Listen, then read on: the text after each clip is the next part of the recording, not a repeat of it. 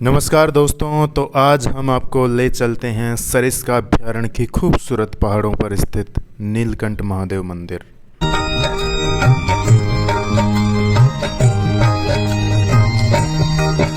ये मंदिर आध्यात्मिकता के साथ ही अपनी खूबसूरती और स्किलफुल आर्किटेक्चर के लिए फेमस है। आगे चलकर इसकी आर्किटेक्चर के साथ ही इसके इतिहास के बारे में भी जानेंगे और साथ ही पहाड़ियों से घिरे शानदार नज़ारों की खूबसूरती का आनंद लेंगे।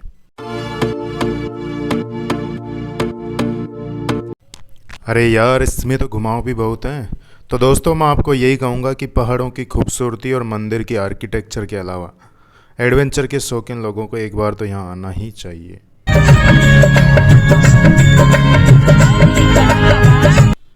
तो अब इन घुमावों से गुजरते हुए हम आपको ले चलते हैं सीधा रास्ते के टॉप पर। तो अब हम आ चुके हैं एडवेंचर से भरे बेहद ही घुमावदार रास्ते के टॉप पर, जहाँ से हम आपको दिखा रहे हैं इस पहाड़ की तलहटी का खूबसूरत नज़ारा। ये देख सकते हैं आप, कितना खूबसूरत नज़ारा।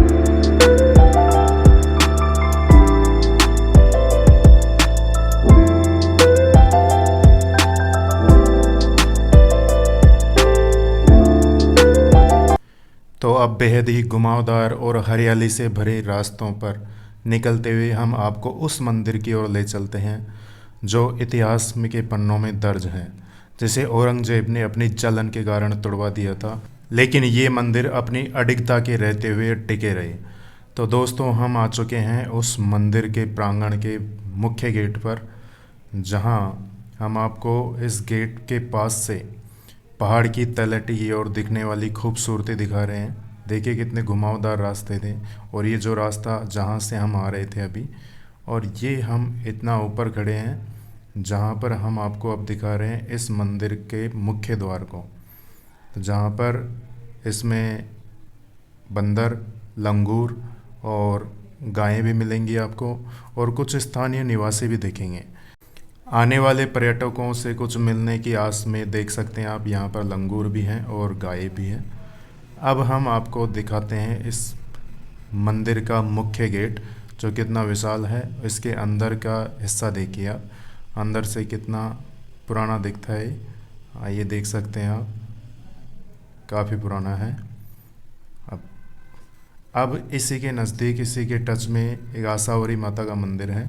आसावरी माता के दर्शन करने चलते हैं। देखिए हम अंदर आ रहे हैं, आपको पहले आसावरी माता के दर्शन करवाएंगे। देखिए कितना खूबसूरत मंदिर है ऐसे पहाड़ों में। देखिए आसावरी माता का मंदिर। जय हो आसावरी माता, जय हो। अब हम आपको इसकी परिक्रमा में ले चल रहे हैं। ये कुत्ता शायद इनका ही पाला हुआ लग रहा है, और ये है इसकी परिक्रमा। हम पीछे से आ रहे हैं, ये परिक्रमा।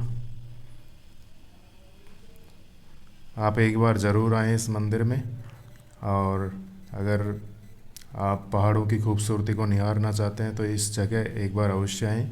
और यहीं पर विशाल द्वार के पास ही आसावरी माता का मंदिर है। जय हो, जय हो, प्रणाम आसावरी माता। ये आप इसका सामने का हिस्सा भी देख सकते हैं, कितने भव्यता है इसमें, कितने खूबसूरत पुष्प लगे हुए हैं। कितने प्यारे प्यारे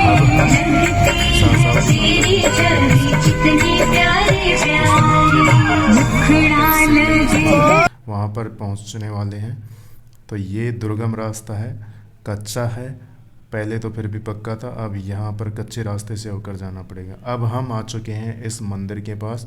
ये देखिए, यही है वो हिस्सा मंदिर का जहाँ पर वो शिवलिंग विराजमान हैं, और यहाँ विभिन्न प्रकार की जितनी भी मूर्तियाँ थी उनको स्थापित करने की कोशिश की गई थी।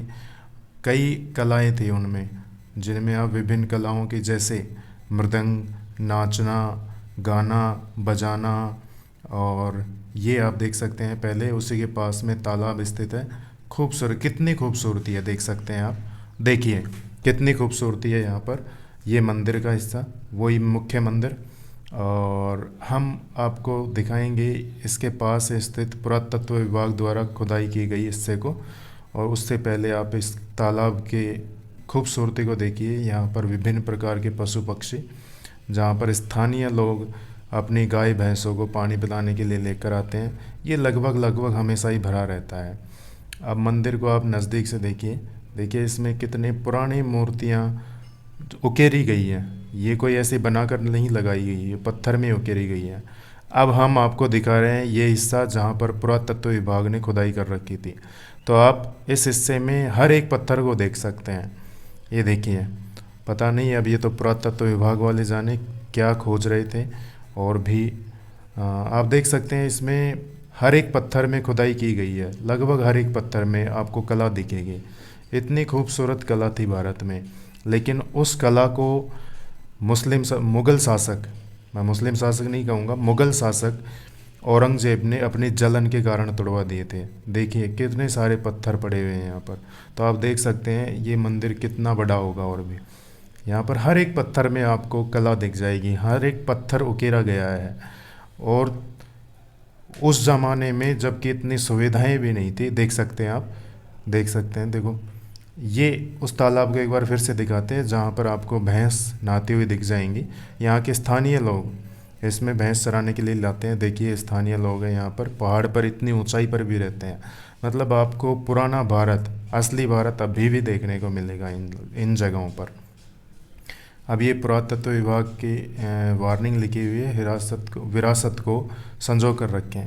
ये उस मंदिर के सामने की कुछ छोटे छोटे मंदिर हैं जिनको गुमटियाँ बोलते हैं। अब उस मंदिर के मुख्य प्रांगण में आ गए हैं।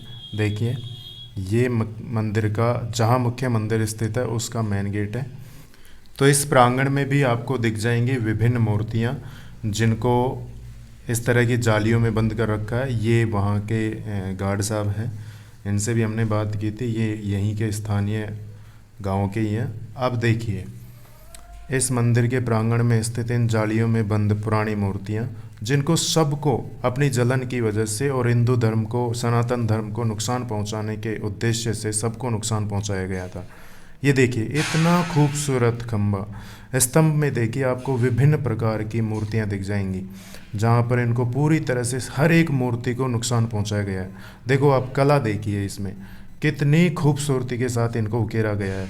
कोई नाच रहा है तो नाचने में भी कितने तरह से, पता नहीं कौन कौन से, मैं तो इतना जानता भी नहीं भाइयों कि कौन कौन से नृत्य कर रखे हैं, कौन कौन सी कलाएं हैं नृत्य की, और बजाने की भी देख सकेंगे आप आगे।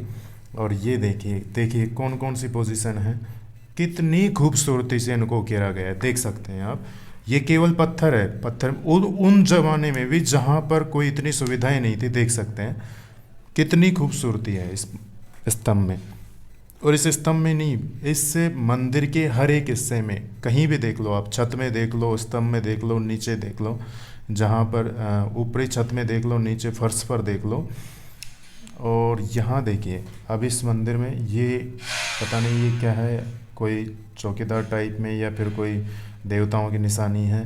भाई मैं तो इतना जानता नहीं, लेकिन आपको जितना भी जानता हूँ आपको समझाने की पूरी कोशिश करूँगा।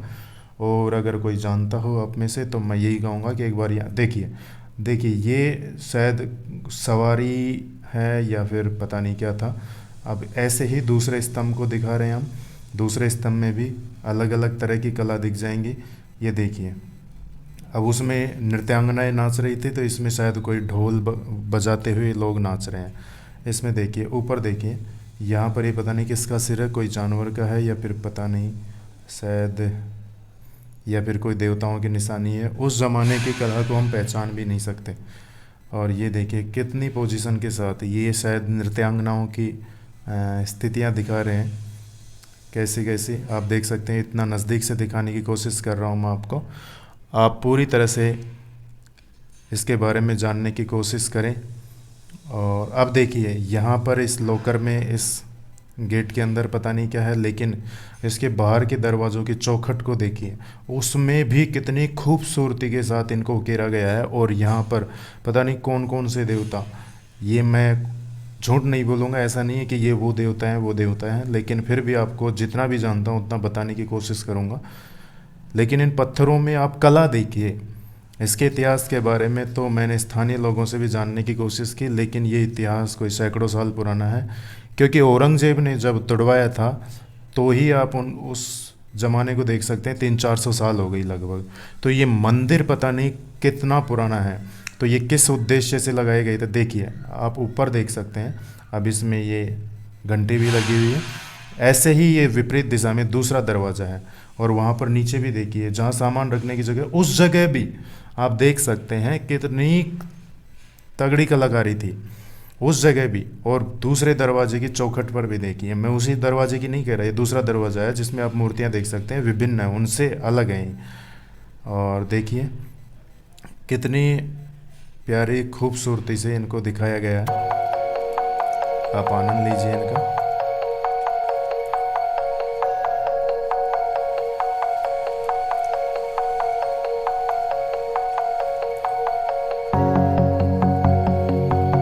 इसी में पोल लगा रखे हैं।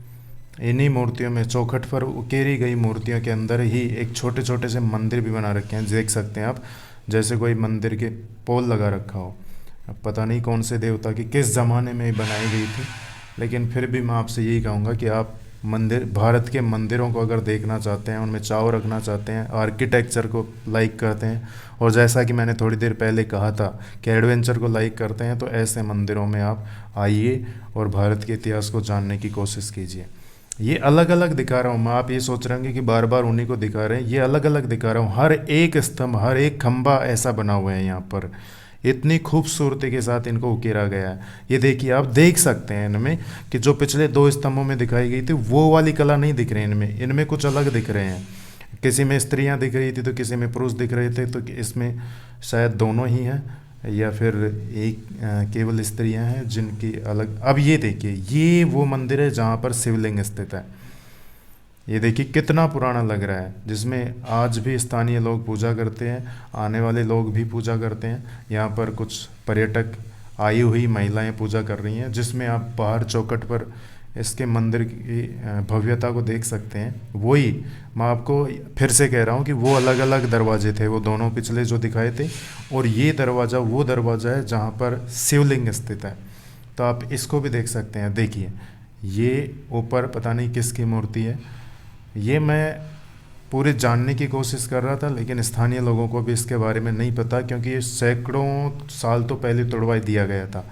लेकिन अब बना कब था, इसके इतिहास के बारे में अभी मुझे कोई उचित जानकारी नहीं मिली। फिर भी मैं आपको जितना भी जानता हूँ उतना दिखाने की कोशिश कर रहा हूँ। जय हो भोलेनाथ, जय हो शिव शंकर भोलेनाथ की।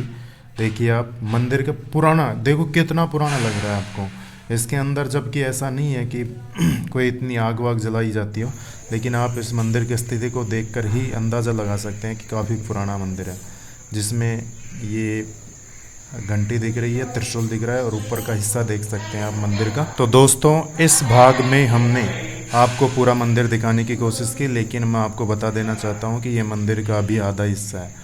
दूसरे मंदिर जहाँ पर महावीर स्वामी और कुछ ध्यान के मंदिर भी हैं, बावड़ी भी है, उसके बारे में दिखाने की कोशिश करेंगे। जय भोले।